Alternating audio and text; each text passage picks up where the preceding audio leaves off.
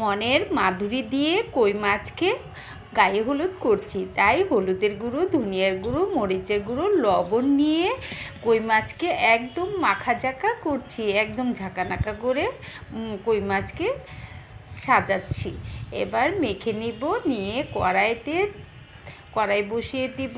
কড়াই বসিয়ে এবার তেল গরম করে নিব। করে এই যে মাখাঝাকা কই মাছগুলোকে একদম গরম তেলে সুন্দর করে এখন এক এক করে ছেড়ে দিব। এই যে এক পিস আমি ছেড়ে দিচ্ছি, একটা বড় করে ছেড়ে দিলাম, আবার ছেড়ে দিলাম, আবার ছেড়ে দিচ্ছি।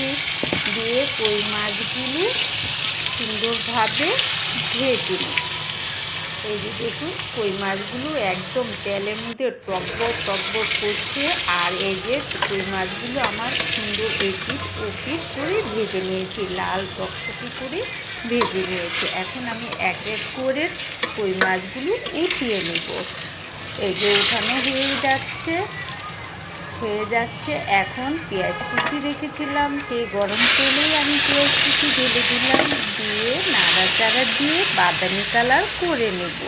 বাদামি কালার হয়ে গিয়েছে। এখন আমি মশলা দিব।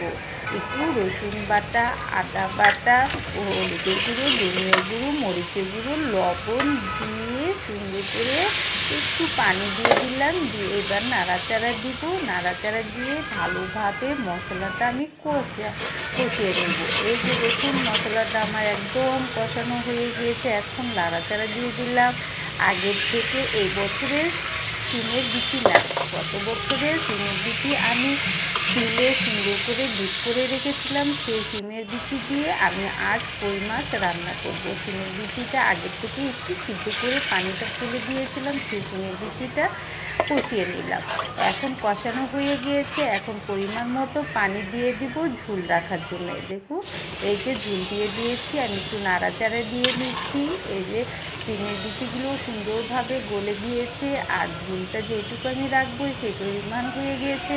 এখন কয়েকটা ধনিয়া পাতা কুচি দিয়ে দিয়েছি। আর কই মাছগুলো আগের থেকে ভেজে রেখেছিলাম, সেগুলো সুন্দর করে এক এক করে সাজিয়ে